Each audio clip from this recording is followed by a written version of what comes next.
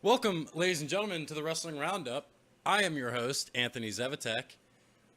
The Wrestling Roundup is brought to you by Suicide Moses Productions. You can subscribe to Suicide Moses Productions page on the YouTube. Make sure you like, share, and do all of that fun stuff as well. Hey, everybody. We are coming off the heels of WWE Hell in a Cell. If you watched the prediction video last week, you will know that your boy here went 5-2-1 in his predictions. Not too shabby, huh? Not too bad. I was crushing it in the beginning of the night. It was like kickoff match, got it. First 4 matches, got them all right. And then I started losing a bit. But let's talk about that pay-per-view a little bit. All right, I want to start off by talking about the opening match, which was Randy Orton versus Jeff Hardy in the Hell in a Cell. All right, so Randy Orton has been doing this thing lately where he takes his finger and he puts it through Jeff Hardy's ear, because Jeff Hardy has those big giant things in his ear, gauges. He has huge gauges. So it leaves his ear with a gigantic hole. And Randy Orton's been putting his finger in there and twisting it lately. And that's been gross on its own. But on Sunday, he grabbed a screwdriver and put it into the ear hole and then twisted it around.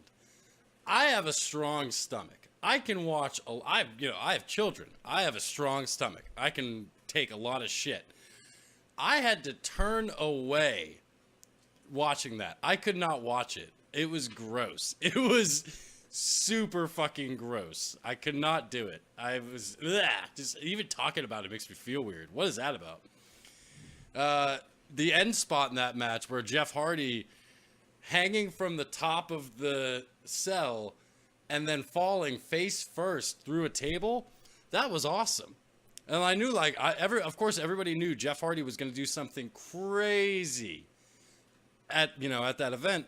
I had never, even in my wildest dreams, thought that that was a possibility of something that could happen. Never even in a million years thought it. And I've been watching wrestling since I was like 2. Like, come on, give me a break, people. Crazy stuff happening. Another thing I want to talk about for that event was the main event, which saw Braun Strowman versus Roman Reigns for the Universal title in a Hell in a Cell. How overbooked was that?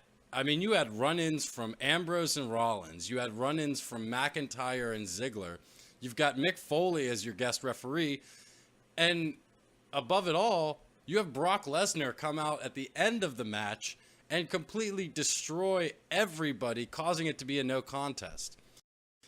Now, I heard that they went off the air pretty quickly afterwards, but from what I've heard from several sources is that after the pay-per-view went off the air, the crowd was just, this is bullshit chants for about 20 minutes. How are you going to have Roman versus Braun and it end in a no contest because of Brock Lesnar? And I understand storyline, and you want to keep it going, and that's fine. But don't give us one of the potential biggest matches of the year and then have a screw job finish. I don't get it. I understand, and maybe even I don't understand. I keep saying I understand, but maybe I don't. Because isn't Brock Lesnar now training for the UFC? Like, isn't he leaving for a little bit? That's what we thought. I'll get to that more later tonight.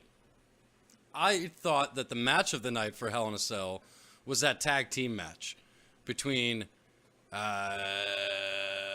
blanking. Oh, okay. McIntyre and Ziggler versus Rollins and Ambrose. That was so much fun. That was just a rip-roaring good time.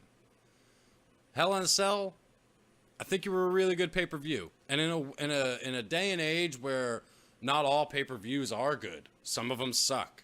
Some of them get pushed too quickly. Some of the matches aren't fleshed out as possible. This night felt like everything was perfectly into place. Super supportive about that. Last night, on to the next bit of news.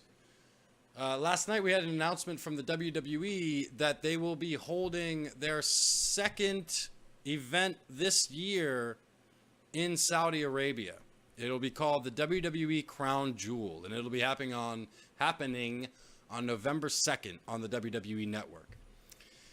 Already announced, we have a triple threat match for the Universal title, which will see the champion Roman Reigns versus Braun Strowman versus Brock Lesnar. We're also going to have a World Cup style tournament, is to what I'm going to believe. All right. And that's pretty cool saying itself. All right. So now let me talk about the moral problem with this event. And now everybody knows Saudi Arabia is not the best country in the world. Let's just say that. They have a lot of shady shit going on. You know, part of their shady shit is that as far as WWE goes, no women are allowed to compete in Saudi Arabia, which makes it male-only shows, which was kind of what we all knew was why WWE is holding their women-only pay-per-view in October, because they were shunned a couple of months ago at the greatest Royal Rumble ever, and now they're being shunned again for the Crown Jewel. Now here's my question. Does all the money that they make off of those events make up for, or does it tarnish all the good work that the WWE does throughout the year? I mean, they're heavily involved in the Season G. Komen Foundation, which, say what you will about that, WWE does help out there. They 100% help out with Connor's Cure, which is what we're doing this month. It's all about, you know, pediatric cancer and trying to solve that. But then they turn around and they do things like this to where it's like, all right, we don't care about all the bad stuff going on in Saudi Arabia. We care about all the money that's coming in from those events. Does that money allow for them to sign big stars like Ricochet, like, you know, Adam Cole, baby? Do we, you know, is that why we're seeing all these people? Maybe. I am so on the fence about this because I love wrestling. But I also think that a company that holds itself as highly and regards itself as much as it does should maybe pump the brakes on these Saudi events. Like 1 a year is fine. 2 a year. But now you're just kind of showing everybody that you're a little bit money hungry. I'm going to watch it just like I know all of you are. But, I mean, yeah, I'm going to be more morally ambiguous when I'm watching it. You know, I'm sorry to say that.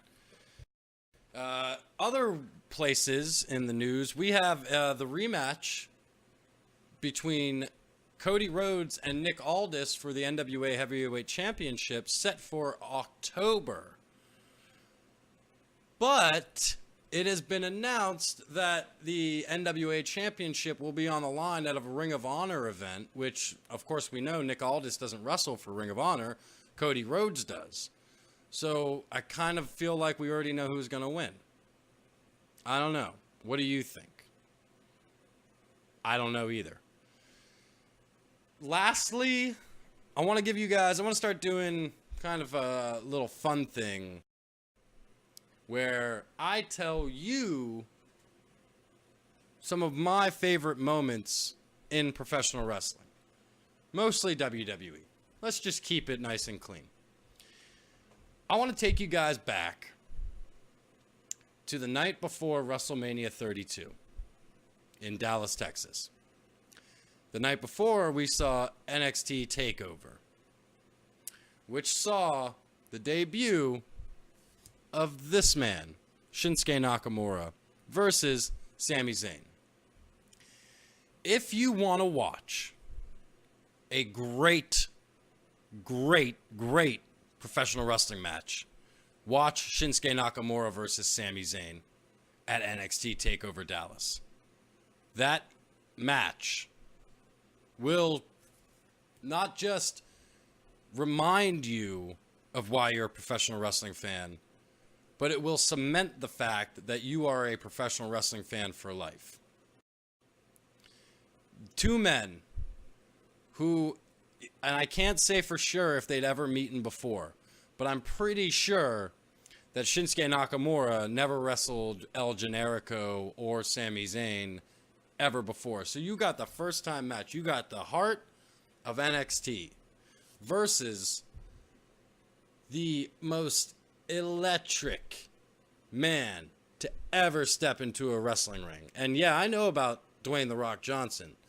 Shinsuke Nakamura could power Dwayne "The Rock" Johnson's career with his personality. The hits were hard. There was blood. It was a back and forth, fast paced. The crowd was on their feet the whole time. The man's entrance music hadn't even been 20 minutes old yet, and the whole entire crowd knew it. That's wrestling right there. That's the moment where you know that you're seeing something special. That night, I saw something special. And I know you did too. And if you haven't, go to the WWE Network and watch something special. Finally, let's talk about NXT real quick. They're setting up an amazing match right now, and I'm so excited for it. If you know me, you know that I'm a huge NXT guy. NXT over everything is what I say. They're setting up Cassius Ohno versus Matt Riddle. Are you kidding me? And Cassius Ohno's been doing this great. If you watch NXT from 2013, 2012, you know that Cassius Ohno was a great heel on that program. And then he got released. But now he's back, and he's been doing the babyface thing ever since. Over the past couple weeks, though, he's been playing up this heel card super hard. Getting ready for it. Last week on NXT, 2 weeks ago on NXT, Cassius Ohno's sitting in William Regal's office, and he says, when your shiny new toy gets here, you let me know, and I'll be the first one to knock him out. Obviously, that's Matt Riddle. To think about Cassius Ohno versus Matt Riddle in a to think about Cassius Ohno versus Matt Riddle in the first place is amazing. But think about it happening in a WWE ring. How is, I go through weekly mind-blown scenarios just watching NXT. I mean, we got this week, we have Pete Dunne this past week that just happened. We had Pete Dunne versus Ricochet in a champion versus champion match. And I'm not going to tell you who won that because I want you to go watch it yourself. But damn, was it amazing. Ladies and gentlemen, that is all for this week on the Wrestling Roundup. I have been Anthony. This has been the Wrestling Roundup. Stay round.